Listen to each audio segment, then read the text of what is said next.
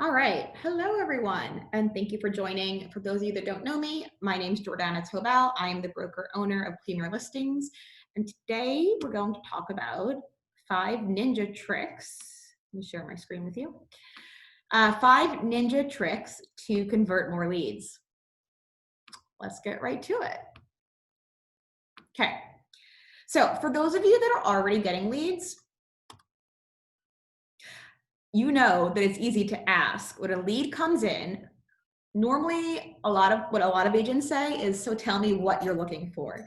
This is an important shift. Instead of asking what, which basically starts to sound almost like a survey, how many bedrooms, how many bathrooms, think about how impersonal that is. Instead of asking what, I want you to ask why. Stop asking, what are you looking for? Why? Because just like every house is unique, every person is unique. You need to understand their why in order to be their chosen realtor to help them represent them on their transaction. What you're going to do is ask why, and then you're going to explain how, which is very different. It's a different mindset. Rather than you setting them up on a search, holding their hand, what you're trying to do in this first conversation is really connect. They're going to remember you if you connect. They're not going to remember you if you simply ask them how many bedrooms are they looking to purchase. The truth is, we all know a lot of the leads come in and they're not necessarily ready now. They might be ready next month, 6 months, 12 months, maybe 24 months. No matter how long it is before they're actually ready to make their purchase or ready to list their home, they will remember you if they connect with you in a personal level. Everyone has a why and everyone needs help. That's why they're calling. So, what are some things that you can do to stop asking for the what and instead ask for the why?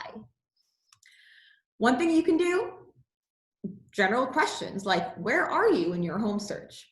Let them tell you, oh, well, I've been looking at homes for 6 months and I haven't seen anything I like. I have a realtor. That gives you the opportunity to say, well, what is that realtor doing for you and what can I do differently to earn your business? Same thing goes with the next question. Have you looked at any homes yet? If they have, then your question is, well, are you working with a realtor already? Are you committed to working with that realtor? And if their answer is no, we're just getting started on the search, fantastic.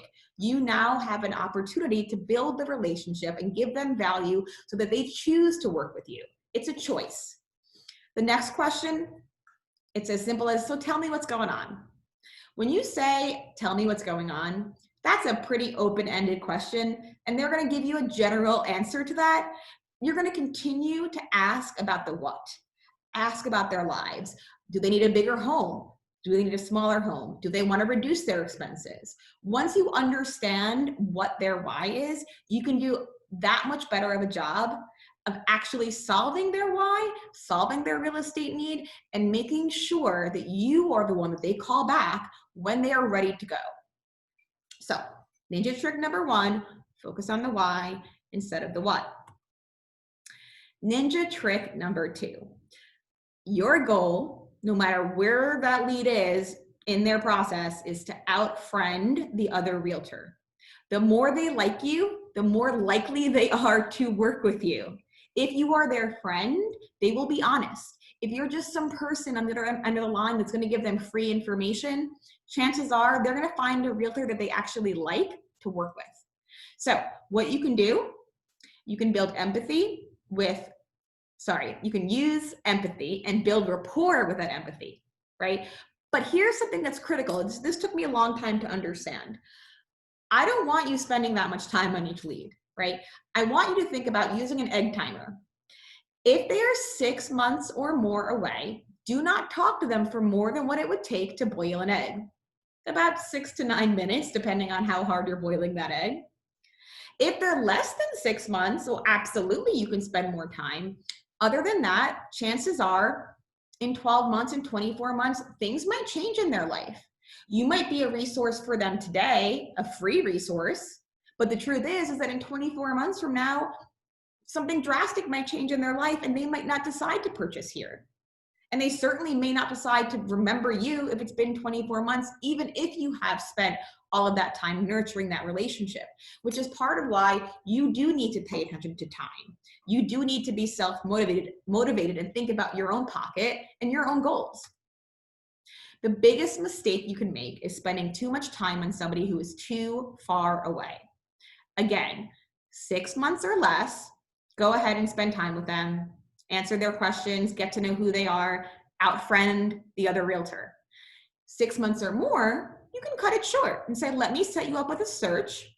Let me schedule a follow-up call, because the chances are that they will not remember you when they're ready. And remember, the best way to connect with people and to connect fast is to be true to yourself. Be authentic. Ask them questions because you generally want to help them.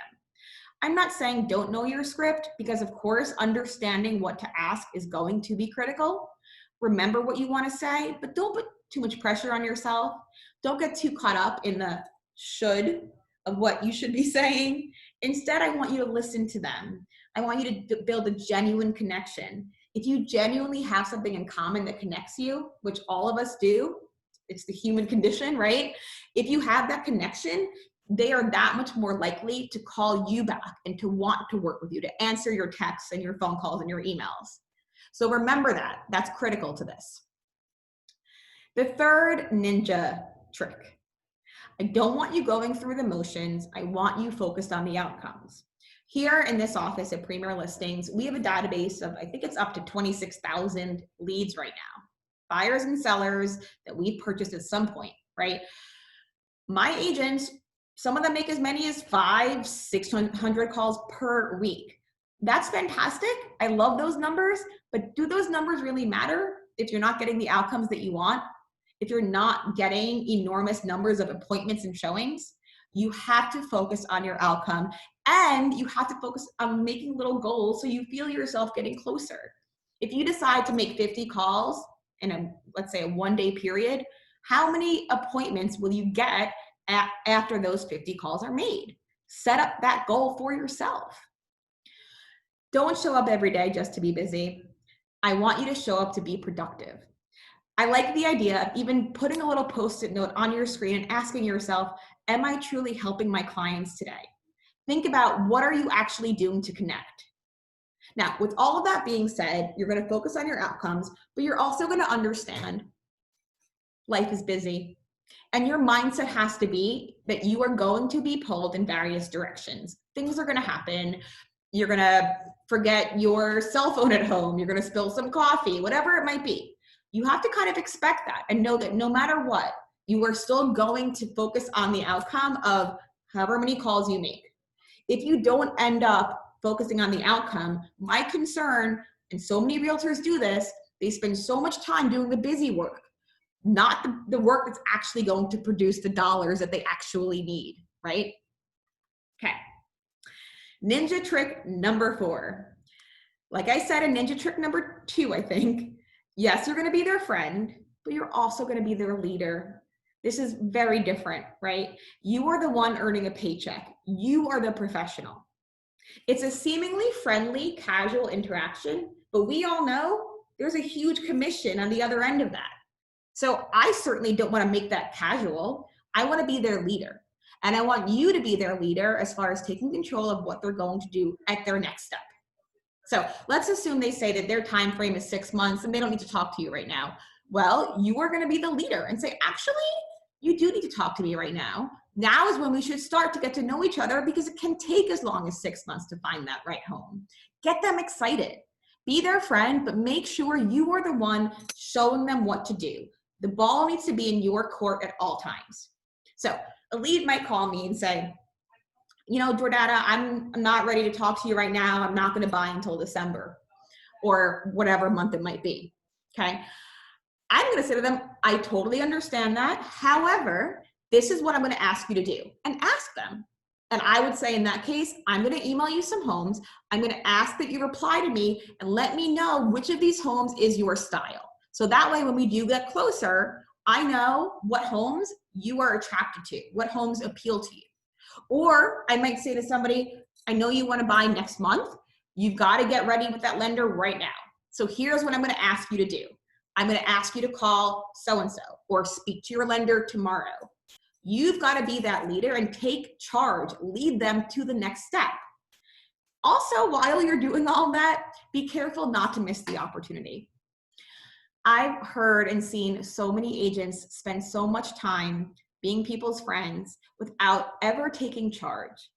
And if you never take charge, they're never getting to the next step and they're never buying real estate with you.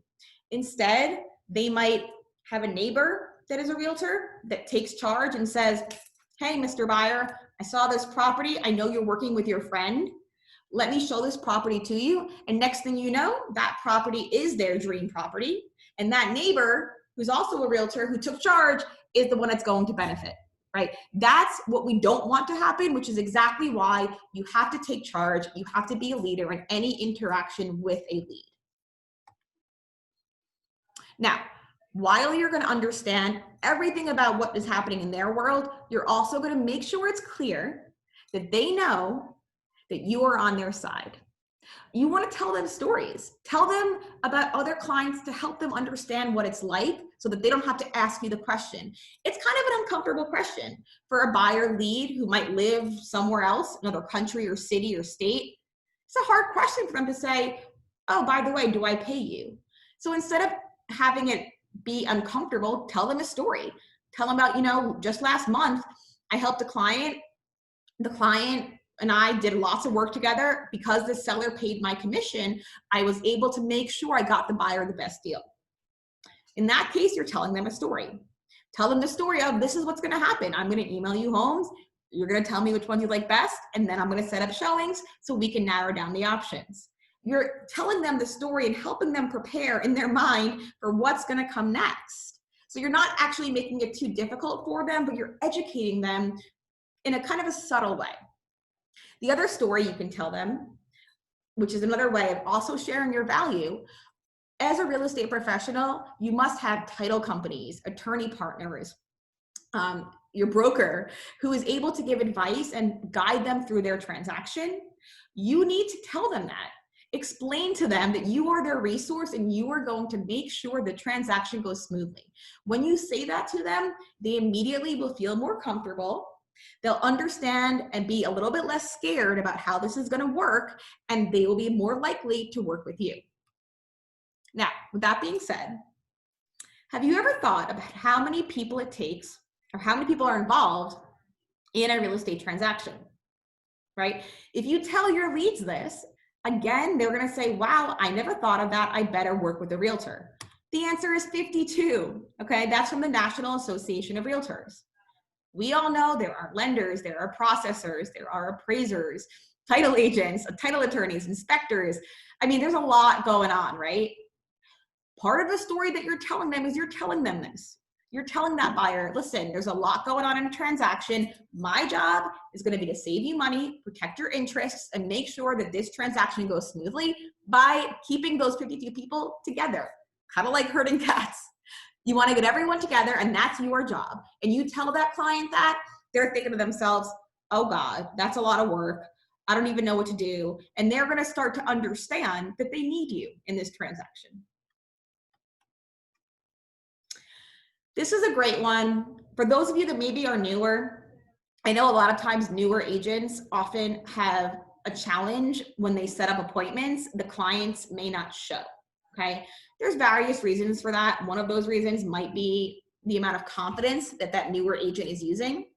One thing that I recommend doing, if you're concerned that your buyer clients are not going to show up, and you can sort of tell, right, by that interaction, one thing you can say is, tell them this very straightforward. Hey, Mr. Buyer, I know we're supposed to meet on Saturday morning at 10 a.m.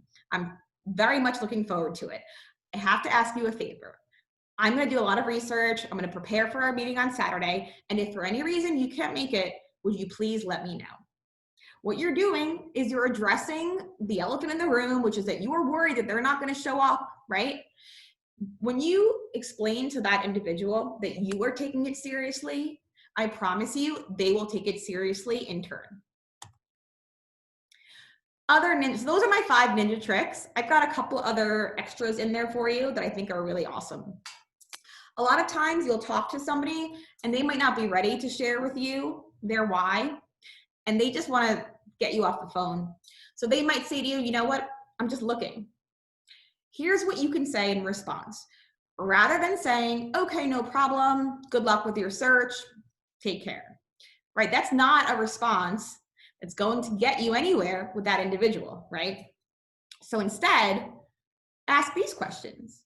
No problem. Tell me what's got you looking, or what made you log in this morning and look around.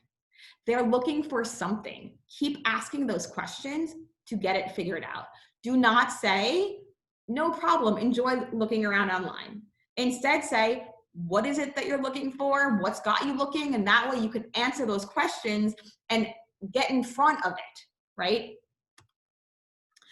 This is another ninja trick, right? A lot of times we will, here in my office, have really great conversations with leads. The leads will tell us their why, we'll set up the next step, and then all of a sudden they stop returning our calls, right? They completely ghost us. So what is the answer, right? What do? Do you take a hint and never call them again?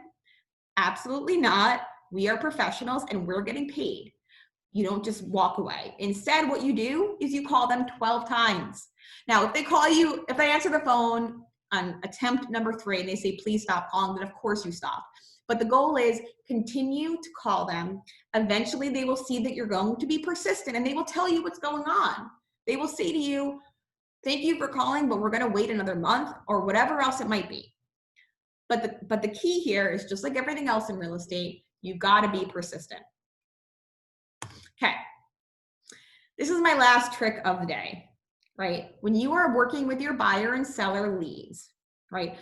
What do you think, where are they, right? If you had to judge them emotionally when it comes to their real estate needs, where are they emotionally, right? What is their age, right? So even though you're talking to an adult, 9 times out of 10, that individual is going to be scared just like a toddler. They're going to be nervous. They don't understand this process. They're going to feel unsure of themselves. And what are you going to do? Just like you would with a toddler, you're going to tell them over and over again, they're doing great. You're going to say, good job. If something is wrong, if you see it on their face, you're going to ask them, tell me, Mr. Buyer, what's wrong? What's upsetting you about this? Ask them these questions, help them communicate with you. That way you can do a better job. They will be happier. You will be happier. And the entire experience will be that much more positive. So that's it for my ninja tricks. All of these are geared at helping you convert more, increasing the chances of you selling more real estate and connecting with individuals who have a true real estate need. I wish you all the best in all of your lead conversion skills. If you have more questions, please contact me directly. I'm always available. Jordana@premierlistings.com. Thank you so much for watching. I hope this was helpful. Please comment.